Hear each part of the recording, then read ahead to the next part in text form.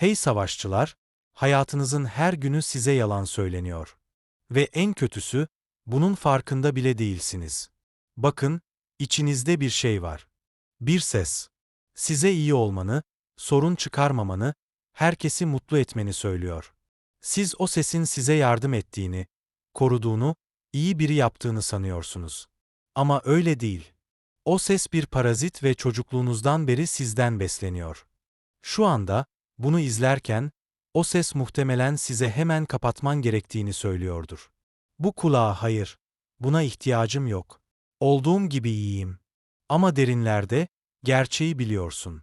Üstüne gelinmesinden bıktın. Haykırmak istediğin halde evet demekten bıktın. Başkalarının istediklerini almasını izlemekten, senin izin bekleyip bekleyip o iznin hiç gelmemesinden bıktın. Görünmez olmaktan bıktın. Geçen hafta, iş yerinde biri senin fikrini sahiplenip övüldü. Hiçbir şey söylemedin. 3 gün önce, bir arkadaşın son dakika planları iptal etti. Yine sorun değil dedin. Neden? Çünkü böyle davranman öğretildi, köpek gibi, kukla gibi, köle gibi. Ve bugün bu bitiyor.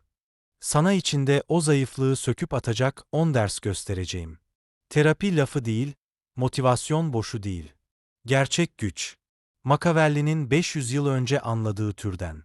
İnsanların senden istemeden saygı duyacağı güç. Ama şimdiden söyleyeyim, bunu duymak kolay değil. Bazılarınız 3. derse bile dayanamayacak. Rahatsız olup çıkacak. Sorun değil. Bu sadece hazır olmadığınız anlamına gelir. Ama devam edersen etrafınızda, sonuna kadar izlerseniz bir daha asla aynı kişi olmayacaksınız. Odalara farklı girecek, farklı konuşacaksınız. İnsanların size davranış şekli bir gecede değişecek çünkü çoğu insanın asla öğrenemediği bir şeyi nihayet anlayacaksınız. Nazik olmak sizi iyi yapmaz. Sizi av yapar. İşte olacaklar. Bu videoyu parça parça değil, telefonunuzda gezinirken izleyeceksiniz. Odaklanacaksınız çünkü bu 10 derse gömülmek, kaçırdığın her şey. İnsanların seni görmezden gelmesinin sebebi. Kendini güçsüz hissetmenin sebebi. Saygının her zaman başkasına gitmesinin sebebi. Hala burada mısın? O zaman gerçeğe hazırsın. Konuya dalmadan önce, yorumlara şu ifadeyi eklemeni istiyorum. Gücü seçiyorum. Hadi başlayalım. Birincisi, toplumun şartlandırması gizli bir kontrol kuralıdır. Anaokulunu hatırlıyor musun? Seni bir çemberin içine oturttular, oyuncaklarını paylaşmanı söylediler, istediğini aldığında cezalandırdılar, oturduğunda ödüllendirdiler. Sessizce ve itaat ederek. Sana iyi olmayı öğrettiklerini sanıyordun. Ama öğretmiyorlardı. Sana kontrol edilmeyi öğretiyorlardı. Her karşılık verme, kendini susturman için seni eğitiyordu. Her nazik ol, içgüdülerini görmezden gelmen için seni programlıyordu. Her sıranı bekle, önce başkalarının gitmesine izin vermen için seni şartlandırıyordu. Ve bu mükemmel bir şekilde işe yaradı. Artık bir yetişkinsin ve hala o kurallara uyuyorsun. Konuşmalarda hala sıranı bekliyorsun. Yüksek sesle konuşanlar senin sözünü kesiyor. Hala insanlara nazik davranıyorsun, sana çöp gibi davrananlar. Hala hiçbir şey yapmayan insanlarla aynı krediyi paylaşıyorsun. Olgun, medeni, iyi bir insan olduğunu sanıyorsun. Değilsin. İtaatkar davranıyorsun. Machiavelli bir keresinde şöyle demişti: herkes senin nasıl göründüğünü görür. Çok az kişi gerçekte ne olduğunu deneyimler. Toplum, seni kontrol etmesi daha kolay olsun diye zararsız gösterdi ve sen de buna kandın. Bir yönetim kurulu toplantısını izle. Sesi duyulan kişi en kibar kişi değildir. Sözünü kesen, başkalarının sözünü kesen sormadan söz alır. Bir pazarlığa bakın. Kazanan kişi en adil olan değildir. En çok zorlayan, ilk vazgeçen, beğenilmeyi en az önemseyen kişidir. Gücün tehlikede olduğu her duruma bakın. Nazik insanlar her zaman kaybeder çünkü nazik olmak bir tasmadır ve siz onu hala takıyorsunuzdur. Bu sabah trafikte önünüzü kesen adam, sizin gibi şartlandırılmamıştı. Fikrinizi çalan iş arkadaşınız, hala uyduğunuz kurallardan kurtuldu. Her zaman iptal eden arkadaş ama meşgul olduğunuzda sinirleniyor. Anlayışlı olduğunuz için onu her zaman affedeceğinizi biliyor. Sizden daha iyi değiller. Sadece şu anda taşıdığınız şartlanmadan etkilenmiyorlar. Dünü düşünün. Kaç kez dilinizi ısırdınız? Kaç kez sizi rahatsız eden bir şeyi görmezden geldiniz? Kaç kez sadece çatışmadan kaçınmak için yapmak istemediğiniz bir şeyi yaptınız? Bu sizin tasmanızı çekmeniz. Bu sizin programınızın çalışması. Ve her itaat ettiğinizde, gülümsemeden önce bir anlığına parlıyor. İşte o parıldama, onların gerçek tepkisi. Kıskançlık, kızgınlık, kafalarının içinde neden onlar da ben değil, diyen minik bir ses. Ellerinde değil. Başınıza geldiğinde siz de elinizde değil. İnsan doğası bu. Rekabet etmeye, karşılaştırmaya, başkalarının sahip olduklarını istemeye programlanmışız. Binlerce nesil evrim bizi bu hale getirdi. Çünkü bencil olmayanlar hayatta kalamadı. Koridorda size gülümseyen iş arkadaşınız. Size bunu söyleyen kişiyle aynı kişi, patron, geçen hafta takım oyuncusu değildin. Aile yemeklerinde sana tavsiye veren amcan. Arkandan başarısızlıklarından bahseden de, o seni davet etmeyi unutan arkadaşın. Unutmadı. Sadece orada olmanı istemedi. Bu karamsarlık değil. Bu gerçek. Ve bunu kabullendiğinde, her şey daha da netleşiyor. İnsanlar sana ihanet ettiğinde şok olmayı bırakıyorsun. Hak etmemiş insanlara güvenmeyi bırakıyorsun. Gizlice başarısız olmanı dileyen insanlarla planlarını paylaşmayı bırakıyorsun. Çoğu önemlisi, kişisel algılamayı bırakıyorsunuz çünkü bu sizinle ilgili değil. Onlarla ilgili. Güvensizlikleri, kıskançlıkları, başarınızın onları kötü göstereceği korkusu. Bunu anladığınızda farklı davranırsınız. Kazanımlarınızı inkar edilemez hale gelene kadar gizli tutarsınız. Planlarınızı duyurmazsınız, sadece uygularsınız. Sadakat beklemezsiniz. İnsanların sadık kalmasının kendi çıkarına olduğu durumlar yaratırsınız. Bakın, herkesin kötü olduğunu söylemiyorum. Herkesin insan olduğunu söylüyorum. Ve insanlar önce kendileri. Bunu anlayanlar dünyayı yönetir. Anlamayanlar ise gafil avlanır. Siz hangisi olacaksınız? Şimdi, yorumlara bu olumlamayı eklemenizi istiyorum. Açıkça görüyorum. Üçüncüsü, iyi insanlar kullanılır. Doğruyu söyleyenler saygı görür. İşte bir test. Gerçekten saygı duyduğunuz birini düşünün. Saygı gibi değil. Aklınızda biri mi var? Şimdi kendinize sorun. İyi mi? Muhtemelen değil.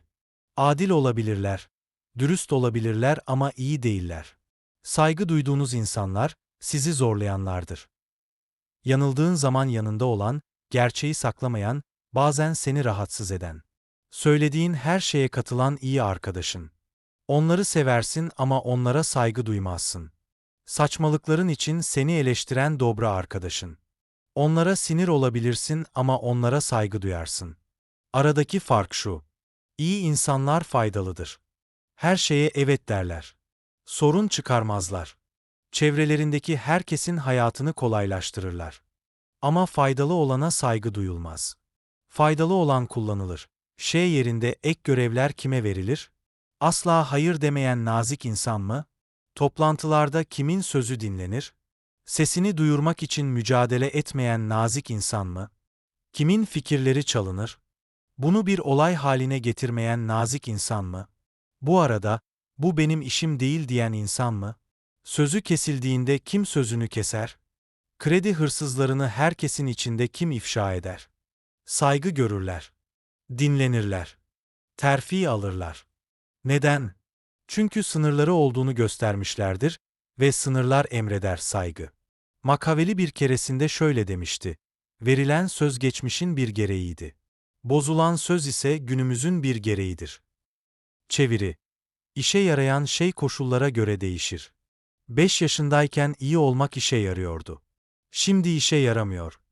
Doğruyu söylemek, rahatsız edici olsa bile işe yarar. Özellikle de rahatsız edici olduğunda. Patronunuza fikrinin işe yaramayacağını söylediğinizde. Hoşuna gitmeyebilir. Ama sizin evet efendim olmadığınızı hatırlayacaklardır. Arkadaşınıza evet efendim olduğunuzu söylediğinizde. Bencilce davranıp savunmaya geçebilirler ama dürüst olmanıza saygı duyacaklardır. Dünyanın daha fazla iyi insana ihtiyacı yok. Daha fazla dürüst insana ihtiyacı var. Bu yüzden, kelimelerinizi yumuşatmayı bırakın. Söylediğiniz her şeye sadece ve belki ve bence gibi ifadeler eklemeyi bırakın. Doğru olanı söyleyin. Açıkça söyleyin. İşler nereye giderse gitsin. Dördüncüsü, memnun etme arzusu özgürlüğü öldürür. En büyük hapishanenizin ne olduğunu biliyorsunuz. Bu sizin işiniz değil, koşullarınız değil. Onaylanma ihtiyacınız. Her değiştirdiğinizde, dinleyenlere göre değişir. Biraz kendini kaybedersin. Başkasını mutlu etmek için nefret ettiğin bir şeyi yaptığın her seferinde, özgürlüğü kabullenmekle takas edersin. Kabullenmek ise bir tuzaktır. Gününü düşün. Yaptığın şeylerin ne kadarı gerçekten yapmak istediğin şeylerdi. Patronunun kötü şakasına güldün. Uygun ama nefret ettiğin kıyafetler giydin. Umursamadığın planları kabul ettin. Söyleyecek bir şeyin olduğunda sessiz kaldın. Neden? Çünkü korkuyorsun. Yargılanmaktan korkuyorsun, çatışma. Sevilmemekten korkma. Ama mesele şu ki, herkesi memnun etmeye ne kadar çok çalışırsan, kendini o kadar az memnun edersin. Ve yıllar sonra, bir gün uyanıp aslında kim olduğun hakkında hiçbir fikrin olmadığını fark edersin. Sadece başkalarının beklentilerine verdiğin tepkilerin bir toplamısın. Bu yaşamak değil. Bu performans göstermek. Gerçek özgürlük, sesin titrese bile ne düşündüğünü söylemektir. İnsanlar yargılasa bile istediğini giymektir. İnsanlar üzülse bile hayır demek. Gerçek özgürlük, özgünlüğü seçmektir, aşırı onay. Ama bu korkutucu çünkü insanları memnun etmeyi bıraktığınız anda bazıları sizi terk edecek. Bazıları sinirlenecek. Bazıları size bencil, zor ya da değişmiş diyecek. Bırakın öyle olsun. O insanlar gerçek sizi sevmediler. Onlara hizmet eden halinizi sevdiler. Ve sadece maskenizi seven insanları kaybetmek kayıp değil, özgürleşmedir. Kendinize sorun, tek bir kişinin ne düşündüğünü umursamasaydınız, bugün neyi farklı yapardınız? Cevap, gerçekte kim olduğunuzdur. İşte bu boğulduğun kişi. Başkaları rahat etsin diye o kişiyi öldürmeyi bırak. Yorumlara şu ifadeyi eklemeni istiyorum. Özgürüm. Beşinci kural, baskınlık rahatsızlıktır. Saygı içgüdüseldir. Bir dahaki sefere bir gruptayken dikkatli ol. Odayı kimin kontrol ettiğine dikkat et, en çok kimin konuştuğuna değil. Kimin kontrol ettiğine. Gerilim yaratan, sessizlikleri havada bırakan, her şakaya gülmeyen, herkesi rahat ettirmek için acele etmeyen kişidir. İşte baskınlık budur. Ve egemenlik, gürültücü veya saldırgan olmaktan gelmez. Başkalarının duygularını yönetmeyi reddetmekten gelir. Çoğu insan gariplikten korkar. Biri kötü bir şaka yapsa bile yine de güler. Sohbet biter, sessizliği doldururlar. Birisi rahatsızsa, düzeltmeye çalışır. Bu, nezaket kisvesi altında gizlenmiş bir zayıflıktır. Güçlü insanlar garipliğin var olmasına izin verirler. İnsanların rahatsız hissetmesine izin verirler. Kimseyi kendi sosyal hatalarından kurtarmazlar. Ve insanlar saygı duyar. Makaveli bir keresinde şöyle demişti. İnsanlar o kadar basit ve anlık ihtiyaçlara uymaya o kadar meyillidir ki, bir aldatıcının aldatmacalarının kurbanları asla eksik olmaz. İnsanlar en emin görüneni takip eder. Kesinlik ise, rahatsızlıkla birlikte rahatlık gibi görünür. Bunun nasıl sonuçlanacağını izleyin. Bir toplantıdasınız. Birisi berbat bir fikir ortaya atıyor. Herkes kibarca başını sallıyor. Nazik kişi, bu ilginç, diyor ve devam ediyor. Baskın kişi, bu işe yaramaz, diyor ve nedenini açıklıyor. Özür yok, hayır yumuşatıcı, sadece gerçek. Kime saygı duyulur? Ya da akşam yemeğindesiniz. Sohbet tuhaf bir konuya değiniyor. Herkes rahatsız. Kibar kişi, herkesi rahatlatmak için konuyu değiştiriyor. Baskın kişi, rahatsızlığını belli etmez, insanların gözlerinin içine bakar, irkilmez. Tonu belirleyen, stratejik rahatsızlık yaratan, kötü olmayan, her şeyi yumuşatmayı reddeden kişi, sizi herhangi bir etkileşimin çekim merkezi haline getiriyor. İnsanlar nasıl tepki vereceklerini görmek için sizi izlemeye başlıyor. Siz onların onayını aramak yerine, siz onlarınkine uyum sağlamak yerine kendi enerjinize uyum sağlayın. İşte güç budur. Herkesi rahat ettiren kişi olmayı bırakın. Herkesin uyum sağladığı kişi olun. 6. kural, çerçeve kontrolü ve psikolojik otorite. Çoğu insan durumlara "buraya nasıl uyum sağlarım?" diye sorarak girer. Yanlış soru. Doğru soru, bunu bana nasıl uydururum? İşte çerçeve kontrolü budur. Çerçeveniz sizin gerçekliğiniz, kurallarınız, standartlarınızdır. Ve her etkileşimde yüzeyin altında bir çerçeveler savaşı yaşanıyor. Çerçeveniz daha güçlü olduğunda, insanlar farkında olmadan gerçekliğinizi benimsiyor. Çerçeve kontrolü pratikte şöyle işliyor. Biri hayır dediğiniz için sizi suçlu hissettirmeye çalışıyor. Zayıf çerçeve, özür diler ve açıklama yaparsınız. Güçlü çerçeve, açıklama yapmadan hayırı tekrarlarsınız. Gerçekliğiniz, hayırın tam bir cümle olduğudur. Ya buna uyum sağlarlar ya da giderler. Biri geç kalarak zamanınıza saygısızlık eder. Zayıf çerçeve, sorun değil der ve sorun yokmuş gibi davran. Güçlü bir yapı, onlara saygısızlık olduğunu söyle ve tekrar olursa ayrıl. Gerçek şu ki, zamanın önemli. Biri seni drama veya dedikoduya çekmeye çalışıyor. Zayıf yapı, kibar olmak için etkileşime girersin. Güçlü yapı, hemen uzaklaşırsın. Gerçek şu ki, saçmalıklara enerji harcamazsın. Çerçeve kontrolünün 3 kuralı vardır. Birincisi, özür dilemeden gerçeği dile getir. Duyguları korumak için gerçeği yumuşatma. Sadece dile getir. İkincisi, başkalarının duygularını yönetme. Onların rahatsızlık onların sorunu, senin sorumluluğun değil. 3. İnsanların sana uyum sağlamasını sağla. Komik olmayan şakalara gülme. Sıkıldığın konulara girme. İlgi duymadığın halde ilgi duyuyormuş gibi davranma. Bunu sürekli yaptığında bir şeyler değişir. Odadaki başka bir ses olmaktan çıkarsın. Önemli olan ses olursun. İnsanlar senin yargına saygı duyar. Fikrini sor. Onların tutumlarını seninkilerle uyumlu hale getir. Onları zorladığın için değil, senin yapının daha güçlü olduğu için. Ve insanlar doğal olarak odadaki en güçlü çerçeveye güven. Başkalarının gerçekliklerine girmeyi bırak.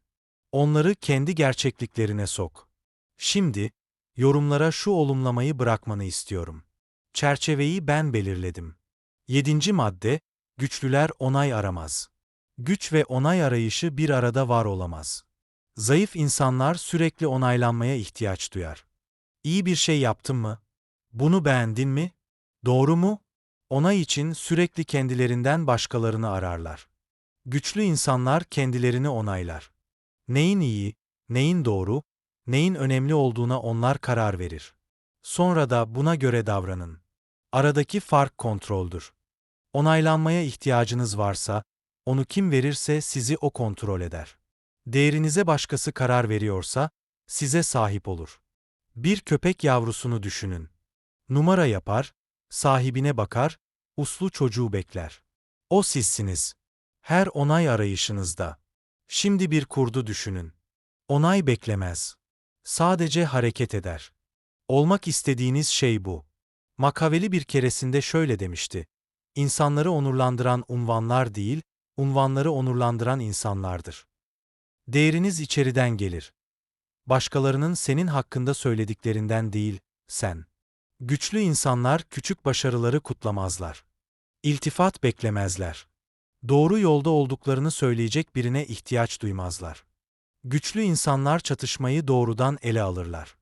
Bir sorun olduğunda hemen ilgilenirler.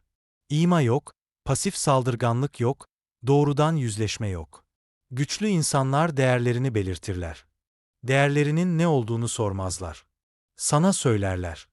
Sonra ya ona ulaşırsın ya da ulaşamazsın. Her iki durumda da onlar için sorun yoktur. En önemlisi, güçlü insanlar sizin rahatınız için kendi rahatlarından ödün vermezler. Huzuru korumak için dillerini ısırmazlar. Sizi daha büyük hissettirmek için küçülmezler. Katılmadıkları halde katılıyormuş gibi davranmazlar. Bu kibir değil, öz saygıdır. Ve öz saygı manyetiktir. Onay aramayı bıraktığınızda, insanlar sizin onayınızı aramaya başlar. Onaylanmayı bıraktığınızda, insanlar bunun için peşinizden koşar. Tersine, ama gerçek. Bu yüzden, yeterince iyi olup olmadığınızı sormayı bırakın. Yeterince iyi olduğunuza karar verin ve ona göre hareket edin. 8. İnsanlar adalet istemiyor. Sömürü istiyorlar. İşte ilişkilere bakış açınızı sonsuza dek değiştirecek bir şey. İnsanlar sınırlarınızdan şikayet ettiğinde, adaletten rahatsız olmazlar. Artık sizi kullanamayacakları için üzgündürler. Para vermeyi bıraktığınızda değiştiğinizi söyleyen arkadaşınız. Eski sizi özlemezler. ATM'yi özlerler. İşlerini yapmayı bıraktığınızda takım oyuncusu olmadığınızı söyleyen iş arkadaşınız. Takım çalışmasını umursamazlar. Ücretsiz iş gücüne önem veriyorsunuz. Her bayramda ev sahipliği yapmayı bıraktığınızda bencil olduğunuzu söyleyen aile üyeniz. Varlığınızı özlemiyorlar. Hizmetinizi özlüyorlar. Şemayı görüyor musunuz? İnsanlar sizden alabilecekleri şeylerle rahatlıyorlar. Ve siz vermeyi bıraktığınızda, bunu ahlaki başarısızlığınız olarak görüyorlar. Ama gerçek şu ki, çoğu insan eşit ilişkiler istemiyor. Avantajlı ilişkiler istiyorlar. Verdiklerinden fazlasını almak istiyorlar. Ve bu avantajı kestiğinizde, sorgulamazlar, kendilerini sorguluyorlar. Eskiden çok yardımseverdin. Eskiden seni sömürmeme izin veriyordun. Artık eğlenceli değilsin. Artık zamanını boşa harcamama izin vermiyorsun. Çok soğuk davrandın. Artık sınırların var. Ve bundan hoşlanmıyorum. Suçluluk duygusuna kapılma. Uyumlu olmak seni iyi yapmadı. Seni faydalı yaptı. Ve alıcılara faydalı olmayı bıraktığın an, sinirlenirler. Ama sınırları olan, zamanını, enerjisini ve kaynaklarını koruyan insanlar, gerçek saygıyı hak ederler.